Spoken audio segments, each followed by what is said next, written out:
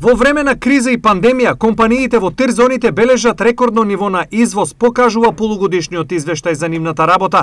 Во првата половина од годинава, во нив е регистрирано највисоко ниво на економска активност во последните 20 години, покажала анализата на Дирекцијата за технолошко-индустријски развојни зони.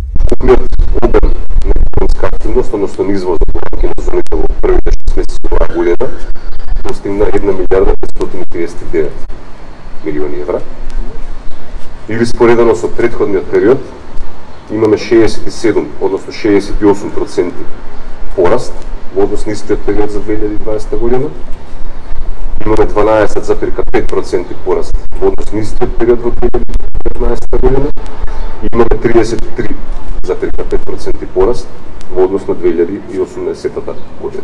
Во тир зоните во државата работат 14.230 вработени, а за период од 5 години бројот на вработени е удвоен. Само во Штипската и Кочанската тир зона има околу 5 до 6.000 вработени во 5 компании. Во првите 6 месеци од годинава потпишани се договори за инвестиции во висина од 105 милиони евра. Овие 105 милиони евра нови странски инвестиции во наредниот период треба го донесат следното. Значи, вкупен број на нови работни места 1850. Вкупни приходи, односно пораст на извозот последните 10 години од некаде околу 2 милијарди и 100 милиони евра.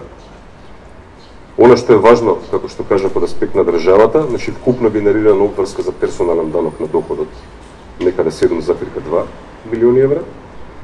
Од овие инвестиции очекуваме, бидејќи придонесите не се предмет на ослободување, че очекуваме во државниот буџет да се слеат 33,2 милиони евра на име на придонеси.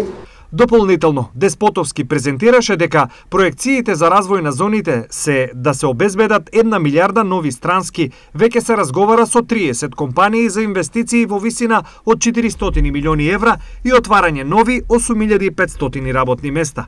Колку од нив евентуално се заинтересирани за инвестирање во зоните во источниот, се уште е рано да се прогнозира.